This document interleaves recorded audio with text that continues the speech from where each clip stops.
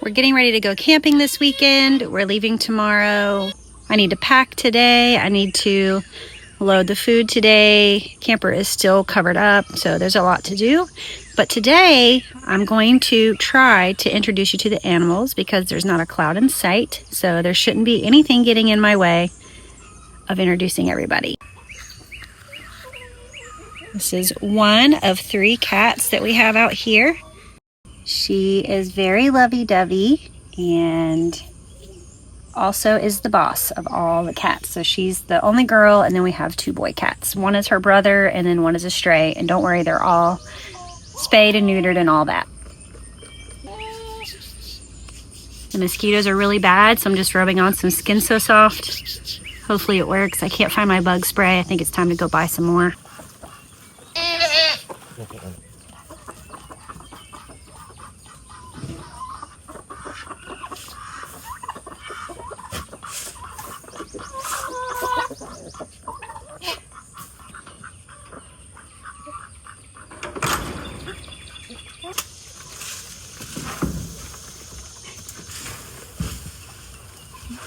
So I think I've already introduced Waffles to you, but here he is. He is always by my side when I'm in the pasture. He's always walking with me or pacing the fence where I'm at, making sure everything is in tip-top shape and order and that nothing is out of place. And here are the goats. We have Blakely. She is the most people-friendly. She is annoyingly people-friendly, but we love her so much. She is always in my business, always wanting to know what's in the bucket, wanting to know when I'm going to feed her, always interested in what's in my hand. And this is Tootsie, and she is the mother of Spots here. All 3 are females. We've had males in the past and have had lots of goat babies, but we decided to take this season off, so we sold our male goat and just have the girls this year. Tootsie and Spots are not people friendly. They're not mean to us. They just are very standoffish. They like it when we have food, but if we try to touch them, well, she's gonna prove me wrong because I'm on camera. If I get any closer though, she's making a liar out of me. She doesn't typically let me touch her, but she must be hungry this morning. Spots will not. She is not for it. All right, this is our friend Turkey here. He is not food. He is our buddy. He lets us pet him. He will probably make his way over to me here in just a minute, very slowly but surely. He's gonna come visit me and say good morning. His feathers are very tattered right now. This is typical for him about this time of year. And he will have fresh new feathers come, late September, early October. Here he is. He lets me pet his head. He likes to act like he doesn't like it, but he does. He's just really cool. He's one of my favorites. He's a lot like a dog. When there's deliveries coming or tires hit the gravel driveway that he doesn't recognize, he immediately starts gobbling and going off. It will actually alert Waffles here, and Waffles will come running and start barking, and it's like a team out here. It's really neat how they all work together. Now this is our duck. Our kids have names for a lot of these animals, and I don't remember what they are, but the duck and the turkey used to be enemies, but they both lost their females, and since then are best friends. And wherever the turkey is, the duck is. And wherever I am, Waffles is. And here comes Blakely. My goat buddy. It's really fun. We would like to get them some females. The turkey is a really lazy mater, and he kind of like stomps on their back and cuts them open, and that's how they died. So I'm really hesitant about female turkeys, but the duck, we had a duck that we hatched here on the farm. Her name was Fluff. She was the girl's absolute favorite duck. She died of old age, and I just haven't gotten around to getting new ducks because they're really, baby ducks are really adorable, but they're really gross, and I just need to be in the mental place to be able to raise them. Anyway, So behind me, you can see we have a bunny here. This is our bunny hutch. These again are also just pets. We're not eating them or anything like that. These are my daughter's bunnies. She comes out here every day and takes them out and plays with them and puts them in this cage, big cage that's out in the pasture, so they have grass and hopping time and all that. These are Lionhead and Holland Lop bunnies mixes.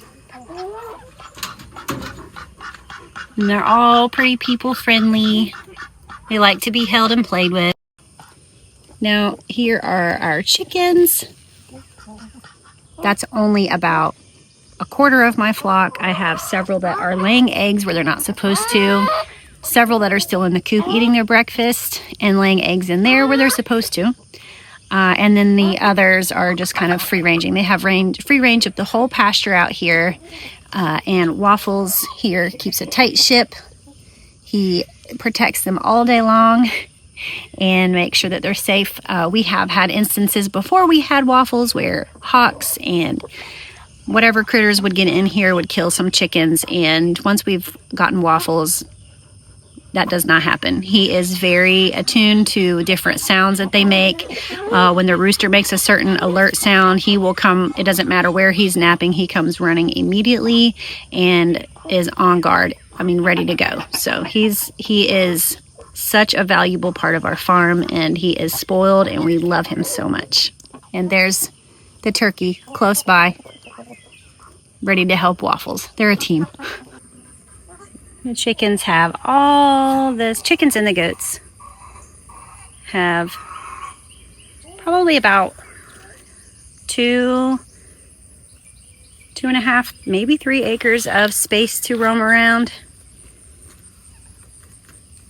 And they do, but this is their favorite spot to be. They do all their dust bathing in here and keeping out of the sun, keeps them dry. That's their favorite spot.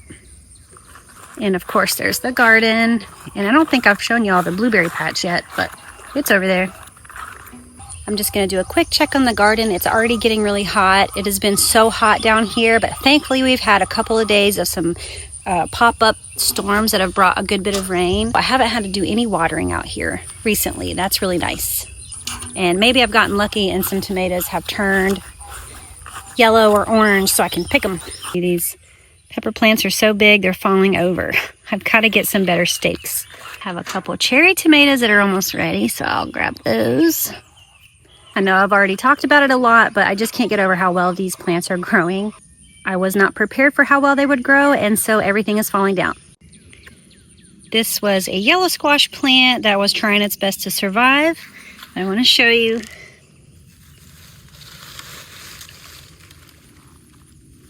It died because it's been completely chewed off at the root by squash vine borers. You can see right where they entered in, right here. They're probably still in there, actually.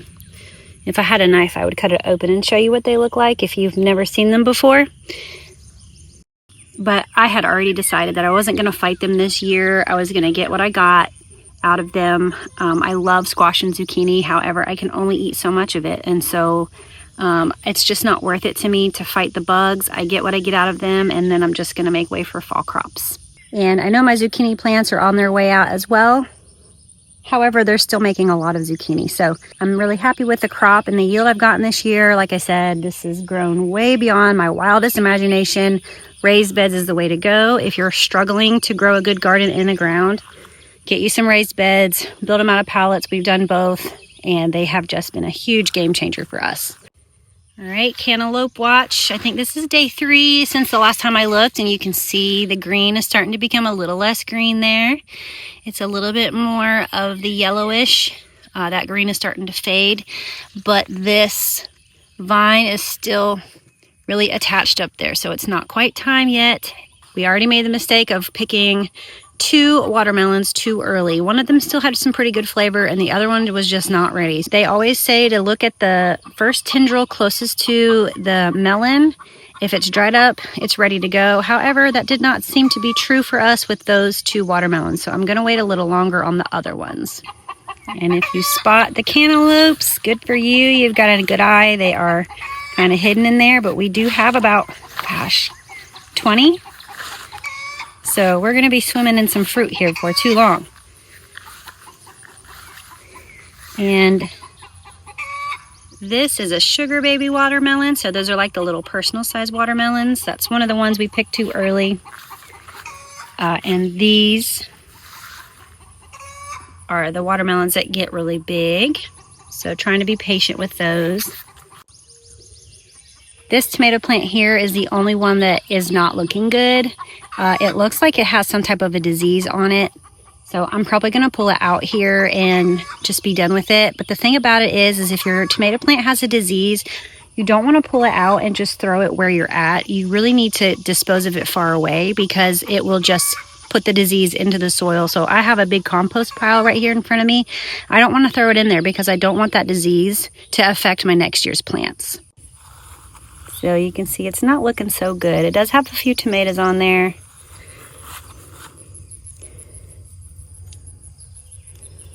I think I might leave it for a few days just to see how it does. Of course, these are just falling over. We got some good sized tomatoes in there. Hopefully I get something out of them because they're just falling over. I'm just going to have to be a lot more prepared next year for really good growing plants, I guess. It's a really good problem to have. I'm not complaining. I'm just disappointed that I wasn't ready for it. Once again, trying to find some type of tomato life in there. There's tons of tomatoes, but none of them are turning any kind of color yet. But it's also a jungle. It's hard to see.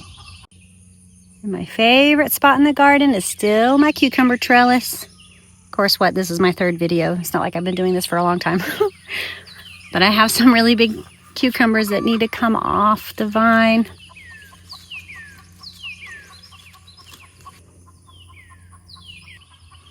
This one here got a little bit too big. That rain, it just really changes a lot out here. This will go to the chickens. I have a few more animals that I should introduce you to. We have 2 labs that are inside and we have a couple more cats, but I think that's all I have time for today. I've really got to get going on some other things. I hope you've enjoyed meeting them and I hope you'll subscribe and tag along. I don't know how much footage I'll get this weekend while we're camping because we're going to be camping with some other people and not a lot of people know that I'm doing this. So this is something I've just kind of started and kind of want to see where it goes before anybody really knows about it. So I don't know that I'll get too much, maybe some clips here and there, I don't know. But I'll see you in the next video.